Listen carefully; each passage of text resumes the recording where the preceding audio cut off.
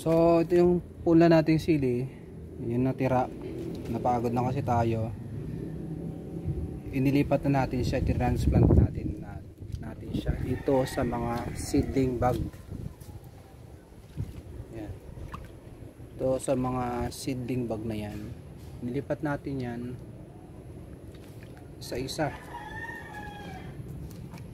Ang tawag po natin dyan ay pre-king. Ito yung pinaka mahirap na parte ng pagpupula. Yung ang maliliit pa sila, ililipat mo na. Natutunan ko yan sa sa 11RR kay Sir Ronnie, na habang mas maliit pa daw yung punla, yan yung pinakamagandang pagta-transplant. So pinuno natin tong, nataniman natin lahat ng mga seedling bag. Ito hindi pa natin nataniman, yung mga buko juice na yan. Yung mga seedling bag muna na itim ang nataniman natin. Lagyan natin lahat yan ng sili.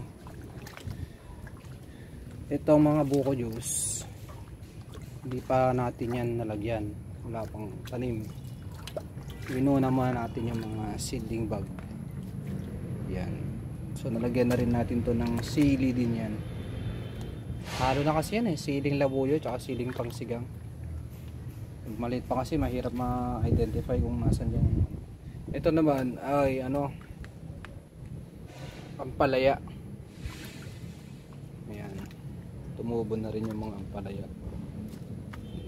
So seed breaking, ang seedling breaking o prickling yan. So yan ang pinakamahirap na part ng pagtatanim nyo. Magpunla ka muna, pero pag na-master mo yan, hindi mo na kailangan pang bumili ng punla. Ginagawa lang natin yung pagbili ng punla pag alam natin na matatagalan pa yung pagtubo, kasi matagal tumubo yung talong, sili, kamatis, matagal po kasi yung mga yan. Ito ayan, para pag tumubo naman yung mga punla natin, napakaganda. So ito mga punla natin na sili yan, obserban natin yan hanggang sila ay sa lumaki.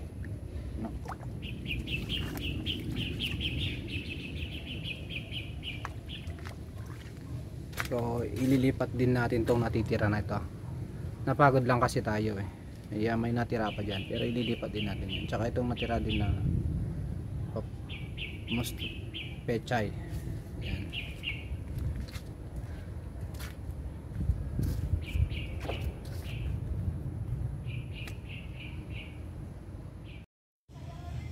Ito na yung ating mga seedlings.